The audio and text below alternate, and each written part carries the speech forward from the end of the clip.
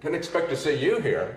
I mean, this is a public restroom after all, but not that public. I didn't expect an audience while I was in here.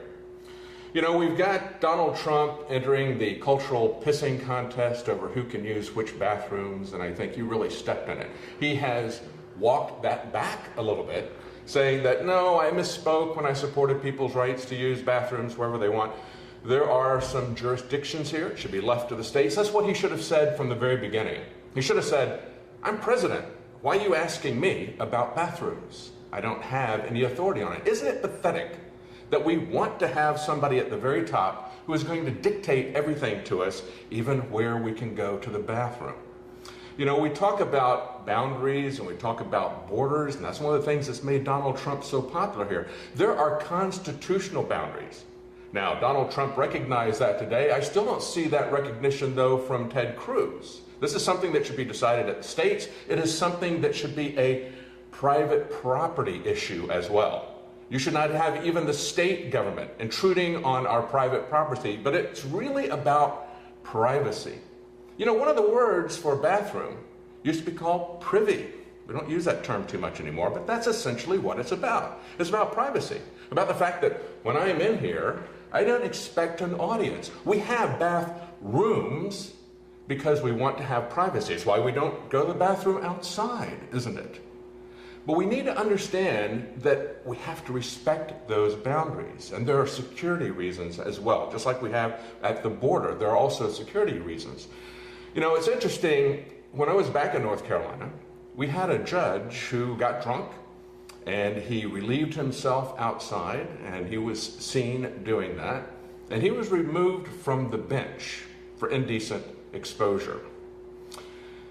That is now being mandated essentially by our governments, telling people that we are going to open up the bathrooms for everyone, that we're going to let men go to the bathroom in women's areas. As a matter of fact, we have a judge, even after we disbarred a judge for indecent exposure, we have a judge now in Virginia who's told the school district there that they are not going to be allowed to have separate boys and girls bathrooms. They're not going to be allowed to have separate showers for boys and girls. So after a judge was removed for indecent exposure for publicly going to the bathroom, we now have a judge who is mandating indecent exposure with our children.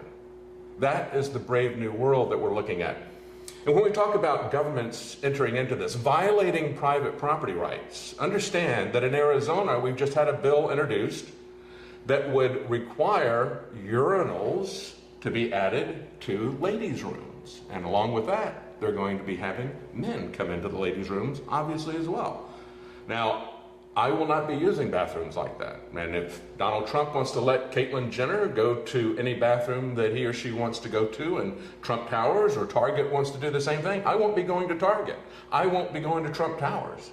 And, you know, I might just boycott the election as well, because we need to understand where these boundaries are. When Ted Cruz comes into it, he's right on the individual issue, but he is wrong to make this a religious issue, to try to pull in and divide the population. People of both sexes, people whether they're LGBT or whatever, they need to understand that we need to maintain our personal space, our privacy, our decency. When we lose our decency, when we lose the boundaries and the distinctions between men and women, when we purposely try to eradicate those boundary lines, we not only put ourselves in danger by allowing sexual predators to enter a private space by just wearing a dress, and I'm not saying that the transgenders are that way. I'm saying sexual predators will masquerade as transgenders. And once they do, and that happens once or twice, the transgenders, the LGBT crowd will never get rid of that stigma. So they've got a dog in this fight as well. They should be maintaining these boundaries. They should be concerned about safety and not mandating indecent exposure. But that's what we're saying. Understand this. When we talk about the borders of the country, Donald Trump has said, if you don't have borders, you don't have a country. Well, it's also true within the country. When we destroy the boundaries, when we destroy the borders, the boundaries of decency, the borders of privacy, the boundaries and the restrictions on government authority in our private lives and our private property, we will destroy our family. We will destroy our rule of law. We will destroy everything that is worth having in a country. And that's what you need to understand. We are in danger of losing something that is far greater than merely our sovereignty. It's our decency, our respect for each other as individuals, our privacy, our private property rights, our constitutional law and our constitutional rights. That's the real issue.